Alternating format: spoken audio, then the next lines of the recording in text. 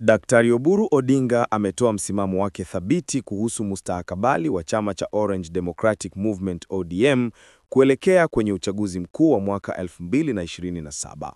Amesema kwa msisitizo mkubwa kwamba chama hicho hakiko tayari kujenga nguvu yake kisiasa kisha kiridhike na nafasi ya kuwa naibu wa mwenyekiti au mgombea mwenza wa mtu mwingine kama inavyosemekana. Kulingana na Daktari Oburu, mkakati wa kuimarisha chama kisha kukubali cheo cha chini katika muungano wa kisiasa hauwezekani, na ni jambo ambalo chama cha ODM kinapaswa kulikataa kabisa. Mwanasiasa huyo mkongwe alisisitiza wazi kwamba chama cha ODM kina msingi mpana na nguvu ya kutosha kote nchini. Hivyo basi, hakuna haja ya kukijitolea kwa chama kingine. Alitangaza kuwa chama hicho kinatarajia kusimamisha mgombea wake wa urais ifikapo mwaka 2027.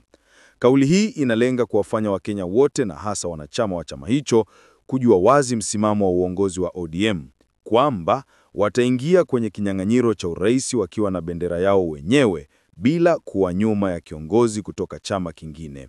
Je, una maoni gani? Kwa habari zaidi usikose kutufuatilia. Hii ni Swahili Time, Dunia Darubini.